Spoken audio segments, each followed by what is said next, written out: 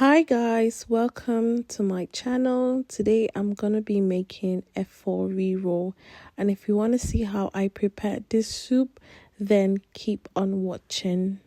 I got my issues, I admit that. So for this recipe, I'm gonna be using some hake beef, assorted meat as well. Initially, I didn't want to use beef, but when I saw the assorted, they were already cut into like smaller bits.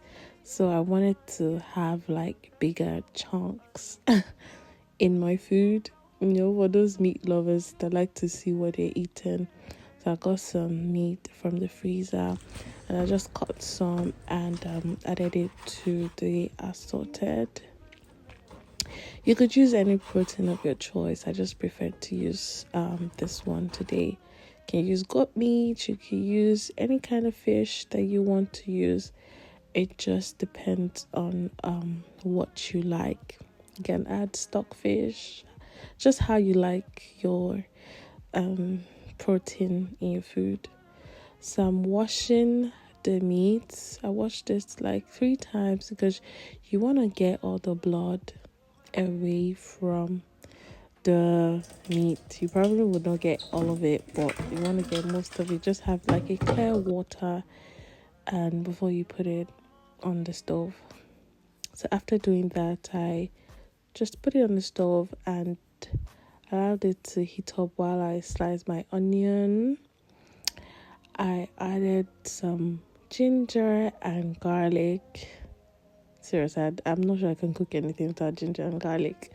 Added 2 Knorr seasoning cubes to this because we want the meat to be very tasty. And I added some Benny powder. I added some, I can't even remember the name of this one. Fung Young. Hugh, help me guys in the comment section. How do you pronounce that? So I added that and I just stirred it. I didn't add water because there was already little water from when I washed the meat. So I didn't add water. I just wanted the meat to simmer for a bit so all the flavors will get into it before adding water. Then I went over to clean my fish.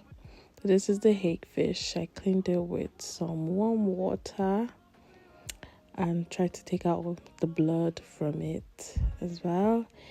And I didn't really show this part because I couldn't find the recording on my phone. I soaked the fish after washing it with some warm water and salt for a while, and after like 10 minutes I added the rest of the Benny seasoning and the other one, not all of it but just little, to and I set that aside for a while. So this is my meat. Came back to it. The water is already drying up, and I added extra water that could cook the meat till it's very soft. You want to have your meat to be soft, please. We don't want hard meat. Yep. So and I covered it and let it cook while I blend my peppers.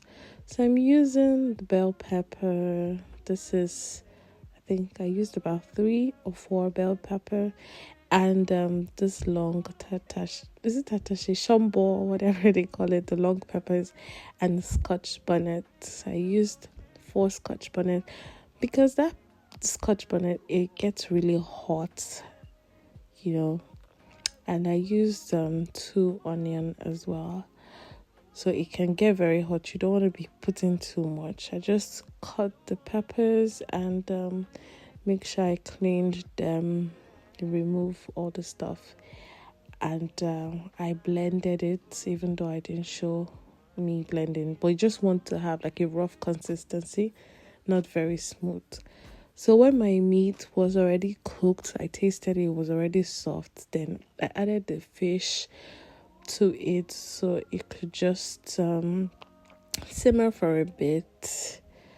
You can see I seasoned the fish with just those seasoning, and I went on to my vegetables. So I'm using spinach for this soup because that was what was available. And this spinach had been in the fridge, so you can see it's not all fresh, but yeah.